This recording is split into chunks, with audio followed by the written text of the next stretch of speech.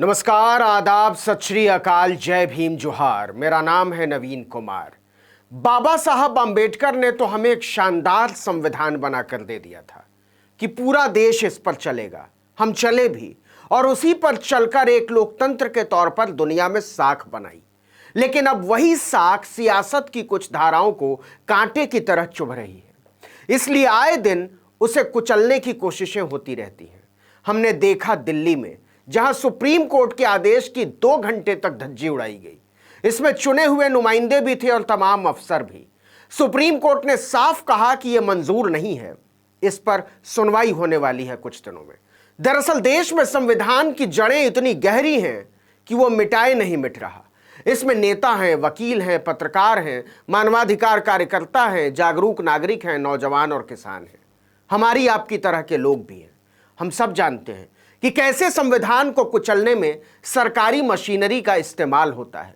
अफसर नेताओं के इशारे पर लोकतंत्र की प्रक्रियाओं को रौंदने लगते हैं। लेकिन कुछ अधिकारी ऐसे भी होते हैं जो ये जानते हुए भी अपनी आत्मा का सौदा नहीं करते कि ये हुक्मरानों को नागवार गुजर सकती है और उसे इसकी सजा भी मिल सकती है। अफसर नेताओं के इशारे पर लोकतंत्र की प्रक्रियाओं को रौंदने लगते हैं। लेकिन कुछ अधिकारी ऐसे भी हो सकते हैं, ये जानते हुए भी जो अपनी आत्मा का सौदा नहीं करते कि यह हुक्मरानों को नागवार गुजर सकता है और उसे इसकी सजा भी मिल सकती है। ऐसे ही एक अधिकारी थे नासिक के पुलिस कमिश्नर दीपक पांडे। थे इसलिए कि अब वो पुलिस कमिश्नर नहीं रहे। उन्हें ठिकाने लगा दिया गया है और ठिकाने लगाया है सरकार ने। नहीं, बीजेपी की सरकार ने नहीं, महाअघाड़ी सरकार ने, महाराष्ट्र वाली सरकार जिसमें कांग्रेस है, एनसीपी है, शिवसेना है। बताते हैं कैसे। आपको पता ही है कि लाउड स्पीकर को लेकर कैसे इन दिनों हंगामा मचा हुआ है। रात रात भर डीजे वाले बाबू मेरा गाना बजा दे और 4 बोतल वोदका काम मेरा रोज का बजाकर मोहल्ले की नींद हराम कर देने वाले लोग 5 मिनट की अजान से साउंड पॉल्यूशन के आंकड़े निकालने लगे हैं। एक वक्त भी ठीक से जो नहाते नहीं हैं, वो 5 वक्त हनुमान चालीसा पढ़ने के लिए तड़फड़ाने लगे हैं। इसे लेकर दिल्ली से लेकर उत्तर प्रदेश, मध्य प्रदेश, कर्नाटक और गुजरात तक फसाद हो रहे हैं।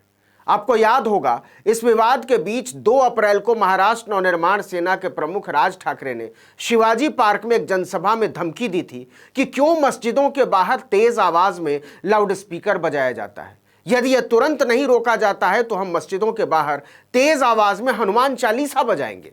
बावजूद इसके कि मैं किसी की प्रार्थना के खिलाफ नहीं हूं और ना ही किसी के धर्म के खिलाफ हूं।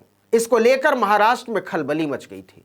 इस चेतावनी के बाद नासिक के पुलिस कमिश्नर दीपक पांडे ने 18 अप्रैल को एक आदेश जारी किया कि सभी धार्मिक संस्थाओं को लाउड स्पीकर पर भजन और हनुमान चालीसा बजाने के लिए प्रशासन की अनुमति लेनी होगी।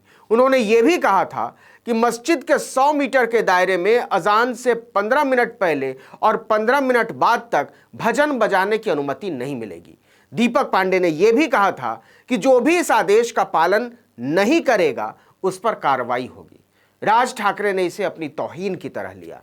उन्होंने सरकार को चेतावनी देते हुए कहा कि मस्जिदों से लाउड स्पीकर नहीं हटाए गए तो 3 मई को अक्षय तृतीया के दिन मंदिरों से महाआरती शुरू की जाएगी। इसके 2 दिन बाद ही दीपक पांडे को नासिक के पुलिस कमिश्नर की कुर्सी से फेंक दिया गया। नासिक पुलिस कमिश्नर के साथ ही दीपक पांडे के पास PAW यानी prevention of atrocities against women के IG का अतिरिक्त प्रभार भी था। अब वो केवल इसी अतिरिक्त प्रभार के प्रभारी बनकर रह गए हैं। उनकी जगह जयंत नायन कवरे को नासिक का पुलिस कमिश्नर बनाया गया है। इसके बाद सोशल मीडिया पर उद्धव ठाकरे सरकार के खिलाफ गुस्सा फूट पड़ा कि वह राज ठाकरे और बीजेपी के दबाव में फैसले ले रहे हैं। भारी किरकिरी शुरू हुई।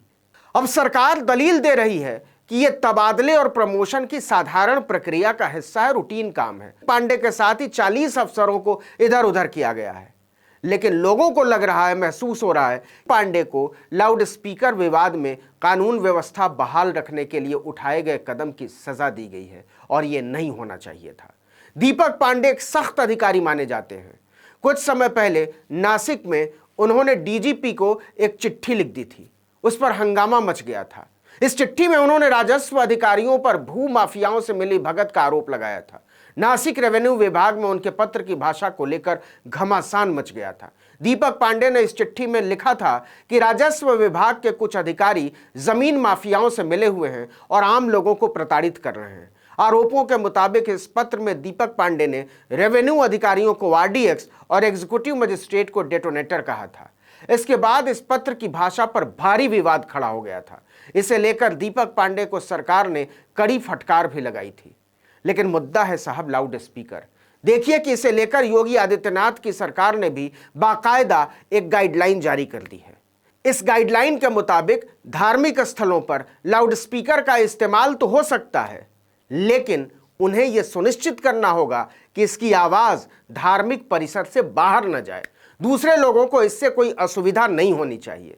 साथ ही शोभा यात्रा और धार्मिक जुलूस निकालने से पहले लिखित में पुलिस से इजाजत लेनी होगी। इसकी अनुमति के लिए आयोजकों को शांति और सौहार्द बनाए रखने के लिए बाकायदा अफिडेविट देना होगा। शांति व्यवस्था बनाए रखने की जिम्मेदारी भी लेनी होगी। अनुमति भी केवल उन्हीं धार्मिक जुलूसों और शोभा यात्राओं को मिलेगी जो पारंपरिक होंगे। नई परंपराओं के नाम पर जुलूस निकालने की इजाजत नहीं होगी। ना ही नए स्थलों पर माइक लगाने की अनुमति मिलेगी, लाउड स्पीकर लगाने की अनुमति मिलेगी। गाइडलाइन आने के बाद थानाध्यक्ष से लेकर एडीजी तक को 24 घंटे के भीतर अपने अपने इलाकों में धर्मगुरुओं, समाज के गणमान्य नागरिकों, सामाजिक संगठनों और दूसरे लोगों से संवाद स्थापित करने को कहा गया है। 4 मई यानी ईद तक सभी पुलिस अधिकारियों की छुट्टियां रद्द कर दी गई हैं और पहले से जो छुट्टी पर हैं उन्हें 24 घंटे के भीतर तैनाती पर लौटने को कहा गया है। देखिए कि सीएम योगी के आदेश के बाद कुछ ही घंटों के भीतर नोएडा में 602 मंदिरों और 265 मस्जिदों को नोटिस पहुंचाया जा चुका था।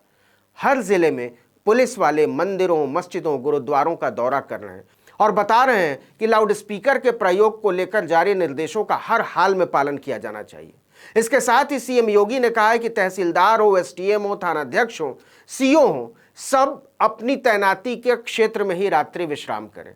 अगर सरकारी निवास है तो वहां रहें और नहीं तो किराए का कोई घर ढूंढ लें, लेकिन रात में अपने ही क्षेत्र में रहें।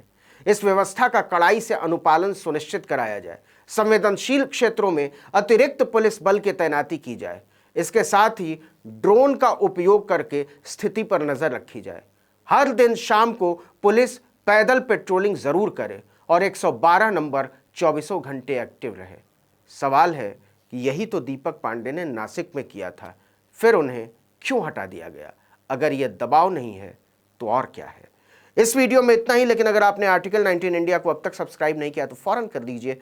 बेल आइकॉन दबाइए, घंटी जैसी आकृति लाइक कीजिए और कमेंट करके बताइए हमारा वीडियो आपको कैसा लगा। यूट्यूब पर देख रहे हैं तो हमारे चैनल को सब्सक्राइब कर दीजिए। फेसबुक पर देख रहे हैं तो पेज को लाइक कर लीजिए। इंस्टाग्राम पर फॉलो कर लीजिए और हमारा ट्विटर हैंडल है article19_India। नमस्कार।